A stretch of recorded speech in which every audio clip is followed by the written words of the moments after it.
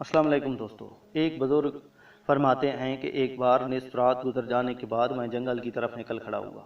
راستے میں نے دیکھا کہ 4 آدمی ایک جنازہ اٹھائے جا رہے ہیں۔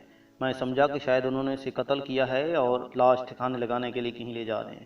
جب وہ میرے نزدیک آئے تو میں نے ہمت کر کے ان سے پوچھا، اللہ عز و جل کا جو حق تم پر ہے اس کو سامنے رکھتے ہوئے میرے سوال کا جواب دو، کیا تم نے خود اسے قتل کیا ہے یا کسی اور نے؟ اور اب تم اسے ٹھکانے لگانے کے لیے کہاں لے جا رہے ہو؟ انہوں نے جواب دیا، ہم نے نہ تو اسے قتل کیا ہے اور نہ ہی یہ مقتول ہے، بلکہ ہم مزدور ہیں اور اس کی ماں نے ہمیں مزدوری دینی ہے۔ وہ اس کی قبر کے پاس ہمارا انتظار کر رہی ہے، آؤ تم بھی ہمارے ساتھ آ جاؤ۔ میں تجسس کی وجہ سے ان کے ساتھ ہو لیا۔ ہم قبرستان میں پہنچے تو دیکھا کہ واقعی ایک تازہ کھدی ہوئی قبر کے پاس ایک بوڑھی خاتون کھڑی تھی۔ میں ان کے قریب گیا اور پوچھا، اماں جان، آپ اپنے بیٹے کے جنازے کو دن کے وقت یہاں کیوں نہیں لائیں تاکہ اور لوگ بھی اس کے کفن دفن میں شریک ہو جائیں؟ انہوں نے کہا، یہ جنازہ میرے لخت جگر کا ہے۔ میرا یہ بیٹا بڑا شرابی اور گناہ گار تھا، ہر وقت شراب کے نشے میں اور گناہ کی دلدل میں غرق رہتا تھا۔ جب اس کی موت کا وقت قریب آیا تو اس نے مجھے بلا کر 3 چیزوں کی وصیت کی۔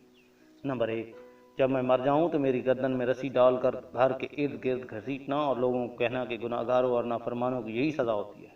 نمبر 2، مجھے رات کے وقت دفن کرنا، کیونکہ دن کے وقت جو بھی میرے جنازے کو دیکھے گا مجھے لعن طعن کرے گا۔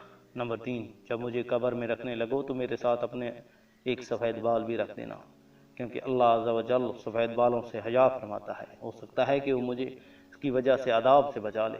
جب یہ فوت ہو گیا تو میں نے اس کی پہلی وصیت کے مطابق اس کو گلے میں رسی ڈالی اور اسے گھسیٹنے لگی تو ہاتف غیبی سے آواز آئی، اے بڑھیا، اسے یوں مت گھسیٹو، اللہ عز و جل نے اسے اپنے گناہوں پر شرمندگی کی وجہ سے معاف فرما دیا ہے۔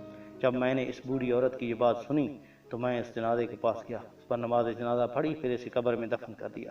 میں نے اس کی بوڑھی ماں کے سر کا ایک بال سفید بھی اس کے ساتھ قبر میں رکھ دیا۔ اس کام سے فارغ ہو کر جب میں اس کی قبر کو بند کرنے لگا تو اس کے جسم میں حرکت پیدا ہوئی اور اس نے اپنا ہاتھ کفن سے باہر نکال کر بلند کیا اور آنکھیں کھول دی۔ میں یہ دیکھ کر گھبرا گیا، لیکن اس نے ہمیں مخاطب کر کے مسکراتے ہوئے کہا، اے شیخ، ہمارا رب عز و جل بڑا غفور و رحیم ہے، وہ احسان کرنے والوں کو بھی بخش دیتا ہے اور گناہ گاروں کو بھی معاف فرما دیتا ہے۔ یہ کہہ کر اس نے ہمیشہ کے لیے آنکھیں بند کر دی۔ ہم سب نے مل کر اس کی قبر کو بند کر دیا اور اس پر مٹی درست کر کے واپس آ گئے۔